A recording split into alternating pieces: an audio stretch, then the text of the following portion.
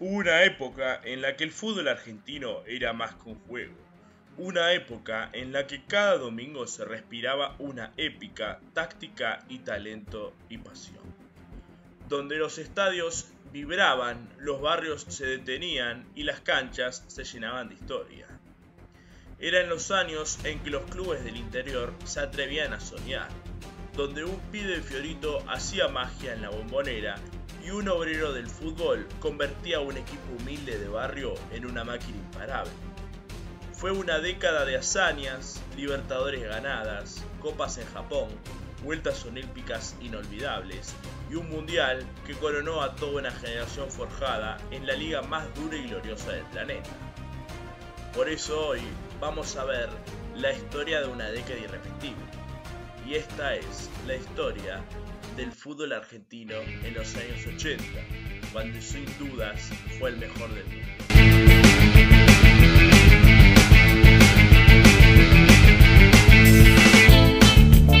El Torneo Nacional de 1980 fue un punto de quiebre en la historia del fútbol argentino. Hasta ese momento, la hegemonía del área metropolitana parecía inquebrantable. Sin embargo, ese año los equipos del interior irrumpieron con fuerza y cambiaron la lógica del campeonato. Racing de Córdoba, dirigido por un joven y ambicioso Alfio Coco Basile, fue la revelación, con un equipo sólido y rápido con un gran juego ofensivo, ya que eliminó a Independiente en una histórica semifinal con global 7-5, demostrando que los clubes del interior podían competir y ganarle a los de la zona metropolitana. Su delantera con jugadores como Luis Amuchestegui y Miguel Oviedo brillaba con velocidad y contundencia. Mientras que por el otro lado, Rosario Central reafirmaba su peso como uno de los grandes del país. Con figuras como Omar Negro Palma o Eduardo Berta, venció a Newell's en un clásico intenso que les permitió llegar a una final, donde Central se consagraría campeón, dando un mensaje que era muy fuerte: la consolidación de un fútbol muy federal, ya que desde 1980, gracias a estos equipos, los equipos del interior iban a no ser más convidados de piedra, sino que iban a ser protagonistas. Esta era la apertura y una apertura de las puertas para la competitividad que marcaría el entorno de toda esta década, ya que la geografía del fútbol argentino dejó de ser metropolitana y pasó a ser totalmente nacional.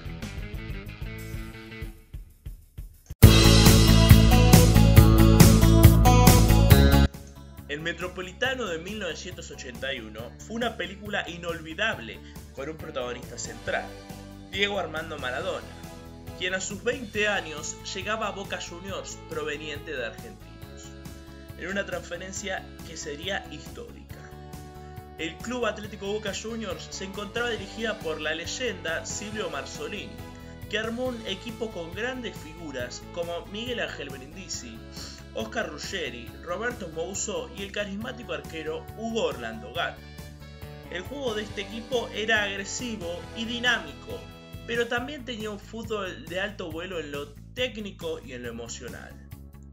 En este campeonato Maradona brilló con actuaciones memorables, como en el Superclásico contra River, donde convirtió 2 goles, entre los que cuenta aquel famoso episodio en el que dejó en el piso a Filiol y a Tarantini. A pesar de su juventud, Maradona ya demostró un liderazgo dentro de la cancha que fue absoluto. Y aunque fue un paso muy breve que duró apenas unos meses, el impacto fue monumental, ya que Boca ganó el campeonato en la última fecha cuando empató contra Racing, coronándose en una Bombonera colmada. Aquel título no solo significaba un logro deportivo, sino un símbolo de identidad, la pasión, el coraje y sobre todo el nacimiento del mito Maradona en el fútbol grande. Este fue el último torneo que Maradona jugó en el país antes de irse a Europa, dejando un legado imborrable hasta el momento.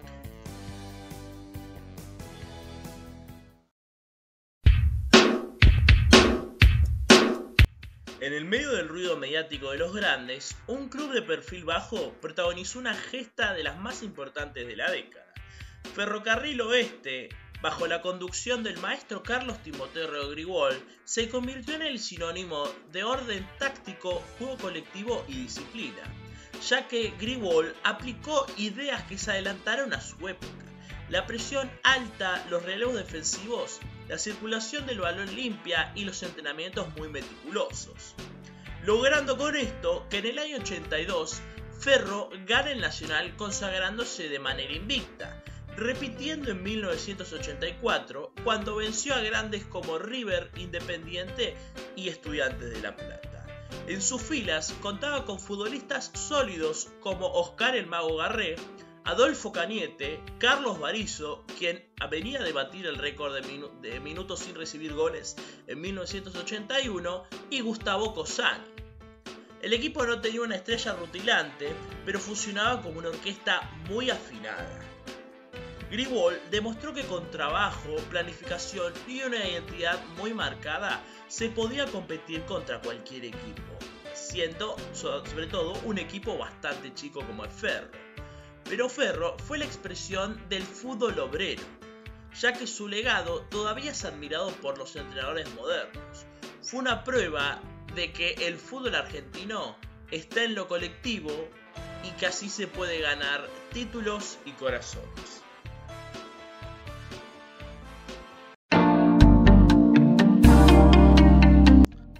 Mientras en el resto del mundo había equipos que brillaban con tácticas defensivas, Argentinos Juniors optó por otro camino, el de la estética y el buen fútbol. Dirigido por el innovador José Piojo Judica, el equipo de la Paternal fue la verdadera joya táctica. Entre el 38 y el 85 logró el campeonato del 84, la Copa Libertadores del 85 y casi obtiene la Copa Intercontinental, perdiendo en penales contra la Juventus de Michel Platini. En sus filas tenían jugadores como Claudio El Bichi Borghi, Sergio El Checha Batista, Mario Videlo, José Castro y un joven Pablo Herví. El equipo jugaba con transiciones limpias, triangulaciones constantes y un pressing en bloque. En aquella final épica contra América de Cali, mostró carácter y fútbol, y aunque perdió por penales contra la Juventus, recibió elogios globales luego de empatar 2-2 contra uno de los mejores equipos del mundo. La propuesta de Judica era ambiciosa, se buscaba jugar bien y ganar, cosa que logró. El estilo de Argentinos contrastaba con una dureza del fútbol sudamericano, demostrando que en este fútbol argentino se podía llevar adelante un fútbol mucho más moderno, ofensivo y técnico. Este fue un equipo que claramente, como le gusta a la hinchada, elevó el estándar del torneo argentino y dejó una marca imborrable en la historia del continente sudamericano. En 1984, Independiente revalidó su apodo del Rey de Copas, al conquistar nuevamente la Copa Libertadores y la Copa Intercontinental. Con un equipo conducido por la leyenda José Amar Pastoriza, dio una clase de experiencia, táctica y jerarquía que fue magistral. El corazón del equipo estaba formado por Ricardo Enrique Bocchini, el máximo ídolo del club, acompañado por figuras como un joven José Percudani, Claudio Marangoni, Ricardo Giusti y Enzo Trocero. El rojo ganó la Libertadores con oficio, sabiendo cuándo tenía que acelerar y cuándo tenía que enfriar. En Japón venció al Liverpool de Inglaterra con un gol solitario de José Percudani, en un partido donde el control fue total para los de Avellaneda. Esta fue una hazaña memorable, ya que el rival era inglés, por lo que se suponía que era físicamente superior. Pero la inteligencia táctica y el toque corto del fútbol argentino fueron aún más superiores que el físico inglés. Este título también fue una victoria cultural, ya que el fútbol sudamericano, en particular el argentino, demostraba que aún podía competir de igual a igual contra las potencias europeas. Y en Independiente, la figura de Ricardo Enrique Bocchini fue un símbolo contundente, El talento, la pausa y la visión se complementaron con el amor por una camiseta que representaría durante los 19 años de su carrera. En 1986, River selló su deuda histórica al conseguir por fin la ansiada Copa Libertadores, bajo el liderazgo de Héctor el Bambino Vieira, con un equipo millonario que se podría describir como compacto, maduro y con jerarquía en todas sus líneas. Recordemos que River ya había perdido previamente las dos finales que había jugado en las ediciones del año 66 y el año 76. En el plantel había nombres rutilantes, como Enzo Francescoli, un uruguayo que marcaba diferencias con su clase, Oscar Ruggeri, líder defensivo, Héctor Enrique y Américo Rubén Gallego en el mediocampo, y Antonio Alzamendi, que fue el autor del gol de la Copa Intercontinental contra el Steaua Bucarest. La victoria en Japón consagró a River en el plano internacional, ya que este año fue muy mágico, porque River ganó lo que se podría conocer como el triplete, ya que ganó el torneo local, la Copa Libertadores y la Copa Intercontinental. Esto fue de una gran felicidad para el club de Belgrano, ya que River había vivido muchos años de fracasos y subcampeonatos que lo dejaban sin salir campeón durante un total de 15 años, acompañado por una poca estabilidad institucional que se pudo resolver con la llegada de Hugo Santino a los despachos y al banco de suplentes de Ángel Labruna, quien posteriormente sería cedido ese lugar a Alfredo Di Stéfano hasta encontrar una estabilidad total con Héctor el Bambino Vieira. Este equipo de River simbolizó un equilibrio perfecto entre calidad táctica, fortaleza mental y organización. Fue el triunfo de una institución que supo reinventarse y llegar a la cima del fútbol internacional. En 1982, San Lorenzo de Almagro vivió uno de los peores momentos de su historia, el descenso a la Primera B, pero su regreso, que recién fue consumado menos de un año después, fue mucho más simple que un ascenso deportivo, sino que fue una gesta social, una movilización popular que reafirmó la identidad del club. La gloriosa Butelier rompió todos los récords de convocatoria en el ascenso, movilizando multitudes en cada estadio del interior y del Gran Buenos Aires. La vuelta primera del Cuervo no fue solo celebrada por sus hinchas, sino que también fue reconocida por todo el fútbol argentino, como un acto de justicia histórica. Tuvo figuras como Walter Perazo, Rubén Darío Insúa o Alberto El Beto Acosta. El Ciclón volvió con mucha fuerza a disputar los torneos nacionales e internacionales durante el resto de esta década. Y este caso demostró que la masividad del fútbol argentino ni siquiera significa que con un grande descendido pierde su condición de club popular. Fue una historia de resiliencia, pasión y fidelidad que reflejó el alma del hincha del fútbol argentino.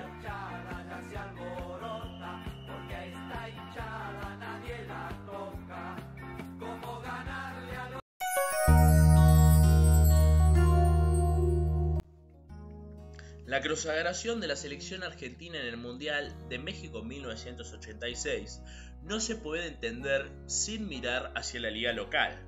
A diferencia de los otros campeones mundiales, el plantel dirigido por Carlos Salvador Vilardo estaba compuesto en gran parte por jugadores que se desempeñaban en el país o que bien habían surgido del fútbol argentino. La liga no solo formaba talentos, sino que también les daba rodaje, exigencia táctica y una competitividad única. Había jugadores como Neri Alberto Pumpido, Oscar Ruggeri, Ricardo Giusti, José Luis Brown, Jorge Burruchaga, Héctor Enrique y Carlos Tapia, que venían de equipos argentinos. Muchos de ellos habían sido campeones o protagonistas durante los años previos. E incluso Diego Armando Maradona, que ya brillaba en Europa, había sido moldeado en el rigor de la Liga Nacional durante varios años. El estilo del juego del equipo argentino del 86 se podía describir como intenso, inteligente, con equilibrio entre táctica y garra. era un reflejo directo de lo que se veía semana a semana en todas las canchas del país. Bilardo además conocía al dedillo a todos sus jugadores, ya que los había ido a ver muchas veces, y muchos de ellos eran dirigidos por técnicos como Grigol, Judica o Pastoriza. Esa cohesión, esa formación táctica fue el diferencial que coronó a la selección argentina, ya que no solo fue una coronación de la selección, sino del fútbol argentino en su conjunto. La liga local alimentó al campeón del mundo y a toda la década de los 80, que quedaba consagrada como una de las mejores épocas del fútbol argentino a nivel clubes, selección, jugadores y técnicos. Demoró, entregó para Burruchaga, está ahí un golero. Pudimos ver, los años 80 no solo fueron de cambios en la Argentina, sino también Independiente en el Burruchaga. momento donde el juego de los equipos fue de lo más bello que se podía ver en las canchas. El césped quizás no era el mejor, y las tribunas no tenían las mejores condiciones, pero definitivamente fue el mejor momento, donde de verdad se mostró lo que diría César Luis Menotti: es la nuestra forma de juego y lo que nos diferencia de todo el mundo.